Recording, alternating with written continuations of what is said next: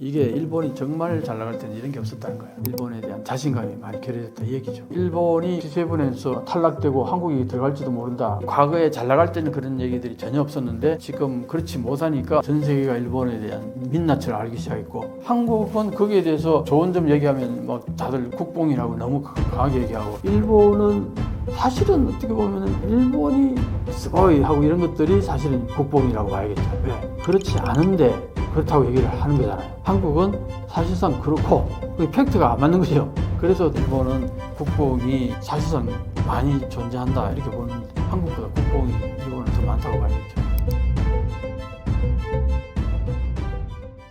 일본에서 혐한을 조장하는 세력은 뭐고 왜 그러는 걸까요? 그건 이렇습니다. 심리가 명확해요. 한국보다 열등감을 느끼기 시작하면서 혐한이 많이 발생했다 이렇게 봅니다. 그 열등감이 왜 생기느냐? 일본의 특히 중장년층의 입장에서는 자기들이 한창 활동하고 돈을 벌고 그럴 때 일본은 전 세계에서 저편에서 넘버원 소리 들으면서 생활했단 말이에요. 그때 한국은 있는지 없는지 모르고 살았어요. 한국은 저 가난하고 지저분하고 거짓말 잘하고 그런 나라로 아예 그냥 상대도 안 하고 살았어요.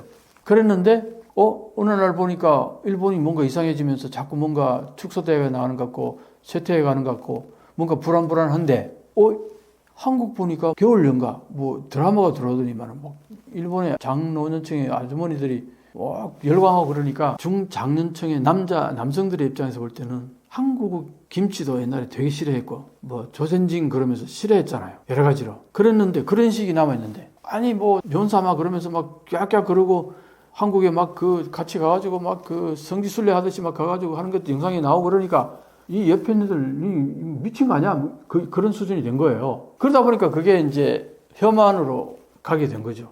그래서 한쪽에서 한국에 대해서 좋다 그러고 막 이렇게 찬양하는 만큼의 엔티가 나온 거죠.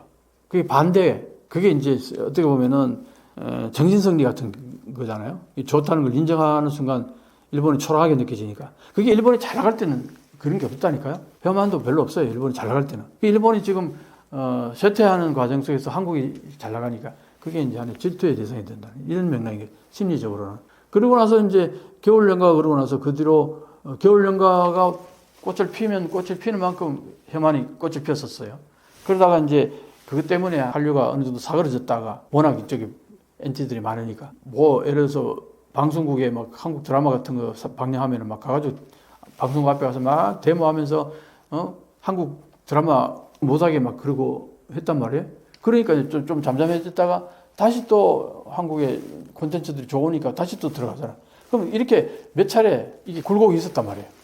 이럴 때마다 올라갈 때마다 엔티는 같이 대칭적으로 늘어나는 거예요.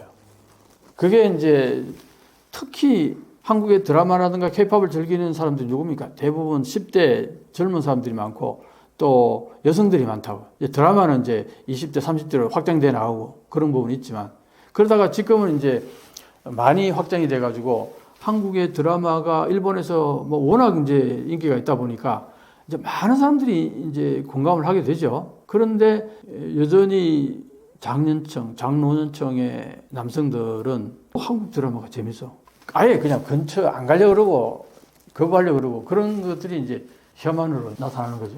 반대적인 현상이라 할까? 심리적으로 그런 맥락이 있는 거죠. 일본이 일본 국뽕을 유독 좋아하는 이유가 뭔가요?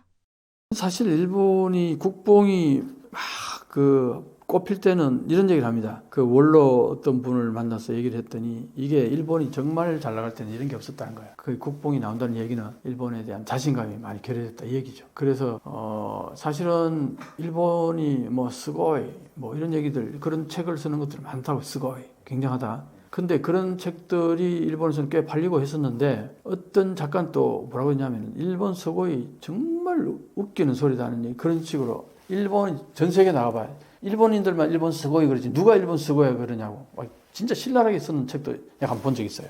그런데 일본에 뭐 어제도 내가 그 영상을 하나 올렸습니다만 일본이 갈라파고스화 돼간다 얘기 많이 하잖아요. 갈라파고스화 돼간다는 얘기가 결국 일본이 과거에 잘 나갈 때는 뭐 전 세계 G7하고 잘 같이 이렇게 하다가 지금 보면 G7에서 모든 통계치가 제일 밑에 머물러 있어요. G7에서 탈락되고 한국이 들어갈지도 모른다. 뭐 그런 얘기도 나오고. 그러다 보니까 일본 입장에서는 지금 여러 가지로 사실 심리적으로 많이 불안하다고 나는 봐요. 그러다 보니까 그 공허함을 달래기 위해서 여전히 그래도 일본은 대단해. 일본은 이런 것들은 전 세계에서 칭찬해. 뭐 그런 책들이 많이 나오고 방송도 그런 것들 진짜 많이 했거든요. 그게 일본이 가장 안 좋을 때 그런 방송들이 많이 나왔다는 거예요. 버블이 꺼지고 나서 맨날 침체, 일본이 뭐 디스플레이다 어쩌다 계속 사회에 그런 얘기들이 너무 많으니까 그런 얘기만 계속 전달할 수 없잖아요. 그 일본 좋은 점도 얘기하고 싶다. 그런 얘기의 흐름이 나올 수 있잖아요. 국민들에게 뭐 용기도 주고, 일본이 아직은 괜찮다. 뭐 그런 얘기도 하고 싶고. 그러니까 이제 뭐 외국인들이 와가지고 일본에 뭐가 대단하다 그러고 그런 것들 굉장히 방송이 많이 한다 그러잖아요. 그런 거 보고 있으면 웃음이 나오죠. 그러니까 그게 왜 나오냐 하니까 일본이 과거에 잘 나갈 때는 그런 얘기들이 전혀 없었는데 지금 그렇지 못하니까 오히려 일본이 대단한, 일본 스고이 하는 얘기들이 굉장히 많이 나온다. 근데 요즘은 뭐 그것조차도 많이 줄어드는 게 아니냐. 왜냐? 스고이 하지 않으니까. 객관적으로. 그 뭐 국뽕이라는 게 사실 뭐 한국은 이제 한국의 좋은 점, 한국의 발전된 모습들을 이렇게 얘기하면 또 한국이 지금 뭐 K-팝이라든가 K-드라마라든가 이거 뭐 K-푸드 뭐 K-뷰티 이거 전 세계적으로 유명하다 뭐 굉장하다 이런 얘기 하면은 국뽕이라고 그러죠. 근데 그게 팩트란 말이에요. 한국은 그게 팩트예요. 과거에는 안 그랬는데 지금 K-푸드만 해도 몇 년 전만 해도 K-푸드가 이걸 전 세계로 확산시켜야 되는데 그런 얘기들이 계속 나왔는데 지금은 실제로 그게 확산되고 있잖아요.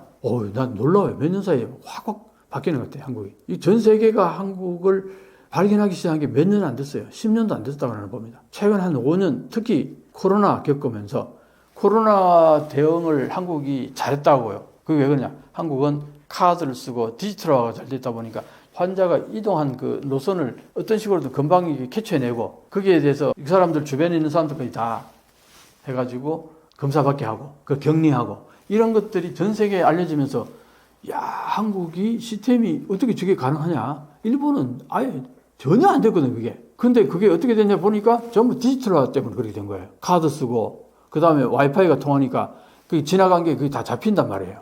아니면 저기 뭐 카메라에 CCTV에 다 잡히고. 가장 큰 게 카드를 많이 쓰니까 이 사람이 어디 가서 무슨 물건을 사고 하는 게 다 그게 동선이 잡히는 거예요. 그래서 그 사람이 이 사람이 코로나 환자인데 지나갔다. 그럼 거기에 같이 있던 사람들, 카드 쓰는 사람들, 그 사람들 연락해가지고 검사 받으라. 이렇게 한국은 그걸 딱 격리할 수 있는 그런 시스템이 잘 되어 있었단 말이에요.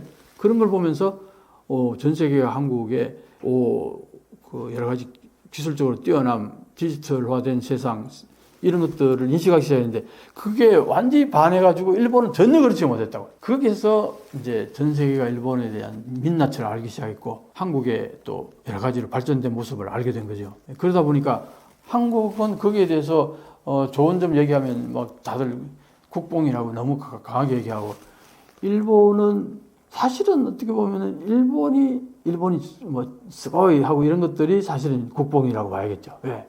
그렇지 않은데 그렇다고 얘기를 하는 거잖아요. 한국은 사실상 그렇고 그게 팩트가 안 맞는 거죠. 그래서 어떤 면에서는 일본은 국뽕이 사실상 많이 존재한다 이렇게 보는 한국보다 국뽕이 일본은 더 많다고 봐야겠죠. 일본에서 한류의 위상은 실제로 어느 정도인가요? 어느 정도냐면은 겨울 연가가 처음에 방영됐을 때가 2002년, 3년 고임제라고 보는데 내가 그때 이제 일본에 있었단 말이에요. 유학이 이제 막 거의 끝나갈 무렵에 했는데 그때에 2002년쯤인가 그 시점에 데이비드 베컴이 나리타 공항으로 들어왔어요. 그때 베컴을 막 좋아한다는 팬들이 한 50명 정도 내가 볼 때 아주머니들 같았어요. 막 베컴상 그러면서 막 굉장히 그게 이제 너무 특이하니까 뉴스에 나온 거죠. 그걸 보면서 야 역시 일본 사람들은 서양인들을 참 좋아하는구나. 베컴 들어온다고 저렇게까지 그랬었어요. 근데 그러고 나서 한 6개월도 안 됐나? 배영준 씨가 들어오는데 그때 겨울연가 한참 인기 있을 때 배영준이 들어오는데 한 2, 3천 명이 공항에 아주머니들이 난리가 났어요. 생중계했나 그때? 그걸 보면서 내가 그때 야 내가 일본을 잘못 봤다. 서양인이라고 좋아하는 게 아니라 인기 있는 사람을 좋아하는구나. 그래서 배영준을 그렇게 하는 거 보고서 생각이 많이 바뀌었죠. 그 뒤로 일본에서 한국 남성을 바라보는 시각이 많이 바뀌었어요. 그래서 내가 그때 그런 얘기도 농담삼아 했는데 유학을 좀 더 늦게 올 걸. 그럼 지금만 시작했으면 아주 진짜 편하게 일본 유학생을 했을 텐데 하는 사회적 분위기나 여러 가지로 뭐 그런 얘기도 했는데 어쨌든 그러고 나서 그 뒤로 이제 뭐 소녀시대도 가고 뭐 카라도 들어가고 인기가 굉장히 많았어요. 그 다음에 또 이제 드라마가 뭐가 들어갔냐, 특히 사랑의 불시착이라는 드라마가 아주 기념비적이었는데 그게 왜 기념비적이냐니까 과거에 그 후에노 소나타 그 난리 법석을 들었던 그 후에노 소나타를 능가한 게 사랑의 불시착이에요. 그 사랑의 불시착 있기 전까지도 여러 가지 많은 재밌는 드라마들이 많이 있었지만 후에노 소나타 겨울연가 정도는 아니었단 말이에요. 겨울연가가 워낙 그때 독보적이어가지고 그랬는데 사랑의 불시착을 본 일본인들의 수라든가 열기가 겨울연가를 능가한 거예요. 그런데 특이한 건 또 뭐냐니까 일본의 남성들이 많이 본 거예요. 지금까지는 드라마 겨울연가도 그렇고 다 여성들이었거든요, 대부분. 그랬는데 사랑의 불시착은 이게 남성들이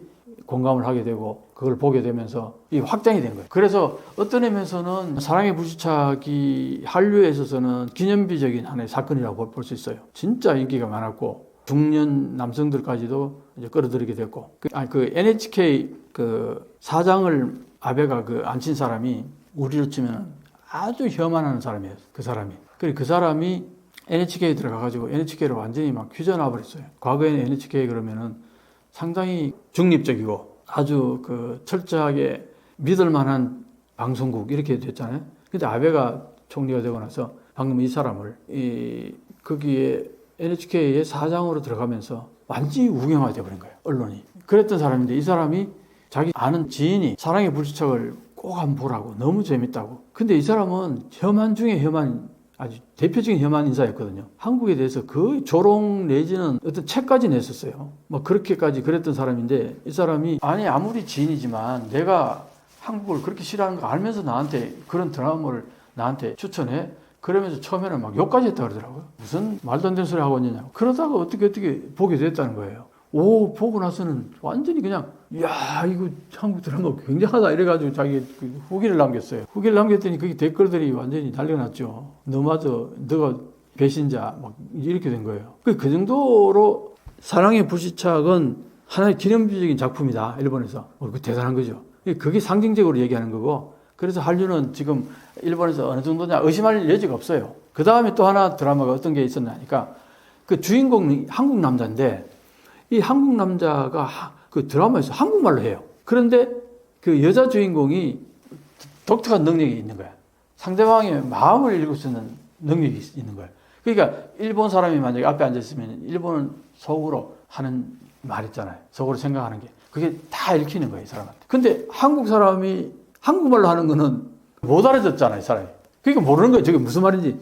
그래서 이 사람이 이제 한국어를 공부를 하고 뭐 이런 것도 있잖아요. 그런데 드라마 보는 사람 입장에서 그렇잖아요. 한국 사람이 나오고 한국말 하는데 자막을 안 달아줘요. 그래야지 되잖아요, 얘기가. 그러니까 이제 그 드라마가 저 사람이 도대체 지금 한국말 하는데 지금 무슨 얘기를 했을까? 근데 물론 이제 다음에 재방할 때는 이제 자막을 달아준다 그러더라고요. 근데 그때 드라마가 나올 때 한국 사람이 뭐라고 얘기하는데 저게 도대체 무슨 말일까? 너무 궁금하니까 그 드라마를 이해하기 위해 가지고 한국어를 그렇게 공부한 사람이 폭발적으로 늘어났다는 거예요. 그래서 이것도 하나의 기념비지. 그래서 젊은 층의 한국 드라마를 좋아하는 사람들이 한글을 공부하기 시작하는 아주 결정적인 계기가 된 게 그 드라마라는 거예요. 그래서 그 주인공 남자가 뭐 거의 배용준에 버금간다 뭐 그런 얘기까지 나올 정도였어요. 그러니까 한국에서 한류라는 거는 사실상 의심의 여지가 없죠. 다만 내가 얘기하는 게 있잖아요.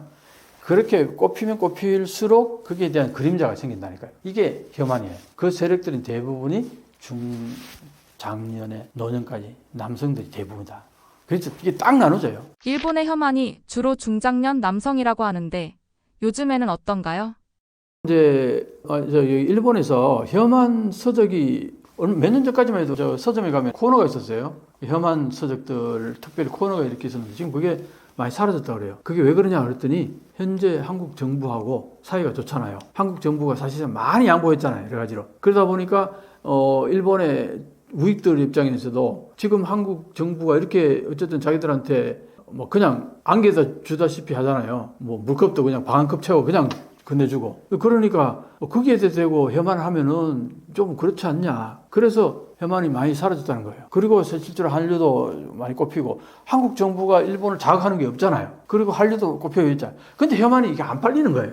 이런 분위기 속에서 그랬는데 요게 정권이 바뀌잖아. 만약에 한국에 지금 정권이 바뀌면 야당으로 넘어갈 가능성이 상당히 높잖아요. 야당은 내가 볼 때 시시비비를 가릴 거예요. 일본과 한일 관계 역사 문제를. 그렇게 되는 순간 내가 볼 때는 혐한이 다시 등장하지 않을까. 지금 잠시 숨 고르기, 멈춤. 왜냐? 한국의 정부가 어쨌든 양보를 많이 하는 것 같으니까 그랬는데 사실은 혐한이요. 그 엄청나게 혐한이 꼽혔던 거는 아베 총리 시절에 다 혐한이 활짝 꼽혔어요. 그건 뭘 말하느냐? 아베 총리가 대표적인 혐한 인사였어요. 아주 한일 관계를 거의 파탄냈던 사람이 나는 아베 총리라고 보는데 이 사람이 이제 사망하고 난 다음에 그 소위 말하는 혐한들이 기댈 곳이 없어진 거예요. 다카이치 사나이 아까 그 사람이 아주 우익의 대표적인 인사인데 그 사람이 총리가 안 됐잖아요. 사실은 이 혐한들은 내가 볼 때 일본의 정치권들이 어느 정도 활용을 하고 조장하는 측면이 없지 않아 있었다고 보는 거예요. 그렇게 보면은 현재로서는 기시다 총리하고 한국 정부하고 어쨌든 뭐 사이가 좋게 뭔가 했잖아요. 그죠? 강제동원 그것도 해결하는 어쨌든 한국이 일방적으로 양보를 하고 그러니까. 그러다 보니까 이제 이 혐한들이 조금 수그러들었는데 다시 이제 한국의 야당이 새롭게 이제 정권이 들어서 가지고 일본에 대해서 시시비비를 가리자. 아닌 건 아니고 긴 거 기다. 이렇게 정확하게 사죄할 건 사죄하고 하고 강하게 또 주장을 하게 되면 혐한들은 불길처럼 또 일어날 가능성이 없지 않아 있다. 이렇게 봅니다.